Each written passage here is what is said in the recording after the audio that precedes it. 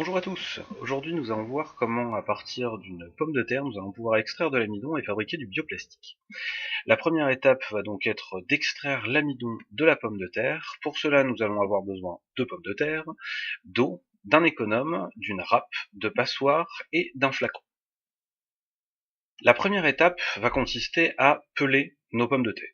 Une fois que la pomme de terre est pelée, nous allons pouvoir la râper. Dans ce cas, nous avons choisi de la récupérer dans un mortier, mais vous pouvez la mettre dans n'importe quel support, une assiette fera très bien l'affaire. Une fois notre pomme de terre pelée, nous allons l'imbiber d'eau et l'écraser pour pouvoir détruire les cellules de la pomme de terre et libérer un maximum d'amidon dans le liquide. Le mélange va pouvoir alors être mis sur une passoire. Nous allons nous débarrasser du gros des cellules végétales et rincer notre petite mixture pour extraire un maximum de liquide et essayer de récupérer le maximum d'amidon. Ce liquide va alors être mis ici dans un tube. L'objectif étant de décanter l'amidon qui va être plus lourd que l'eau et donc qui va sédimenter tout doucement au cours du temps. Donc on le voit ici en accéléré x20. Donc là la procédure dure à peu près 5 minutes pour avoir votre amidon qui se concentre en bas du tube. On le voit qui devient légèrement plus blanc. Une fois ces 5 minutes écoulées, on va se débarrasser du surnageant, donc du liquide qui est sur le dessus, et on va faire un deuxième rinçage avec de l'eau pure pour pouvoir se débarrasser des dernières particules de pommes de terre qui restent dans notre amidon, puisque l'objectif ici est d'avoir un amidon le plus pur possible.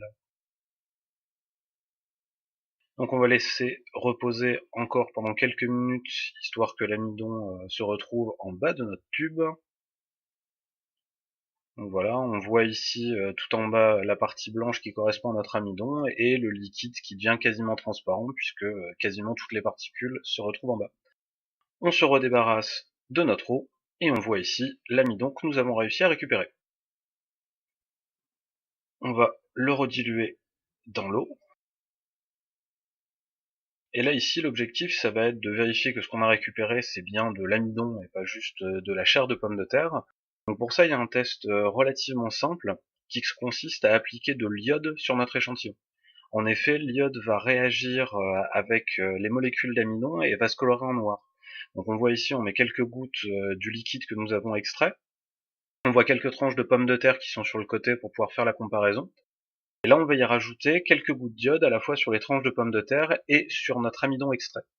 Donc on voit ici, dès qu'on met notre iode, on va avoir une coloration noire caractéristique qui apparaît. Et quand on le met sur les tranches de pommes de terre, on va retrouver le même type de coloration, donc il met un tout petit peu plus longtemps à arriver, puisqu'il faut le temps à l'iode d'atteindre l'amidon dans notre tranche de pomme de terre. Donc on va aller voir ça d'un petit peu plus près.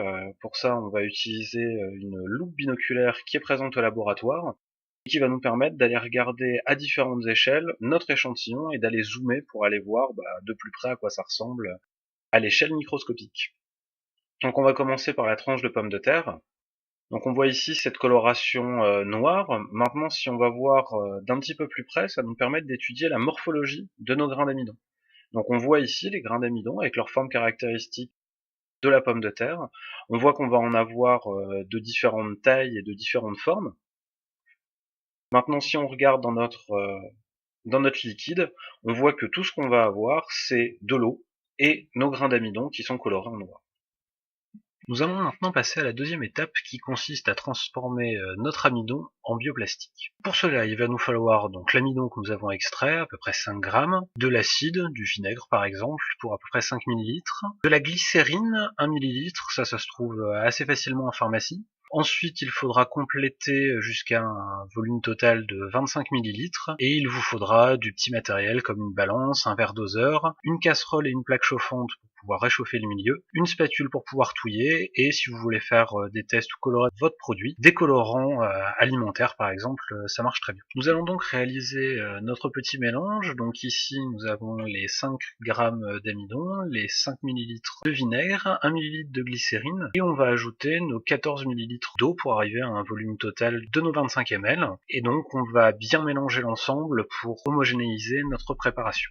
Ensuite, on va mettre à chauffer. Donc nous, on a du petit matériel de laboratoire qui va nous permettre d'automatiser un petit peu tout ça. Avec une casserole et une plaque chauffante, on va faire chauffer à feu doux. Donc ici, on est à 85 degrés. Et on va laisser cuire donc pendant à peu près 10-15 minutes jusqu'à l'obtention d'une pâte qui va avoir la consistance que vous voyez ici. Une fois la pâte obtenue, on va pouvoir la mettre dans des petits moules par exemple pour obtenir des formes, ou on pourra l'étaler sur une plaque pour avoir un plastique sous forme de feuille.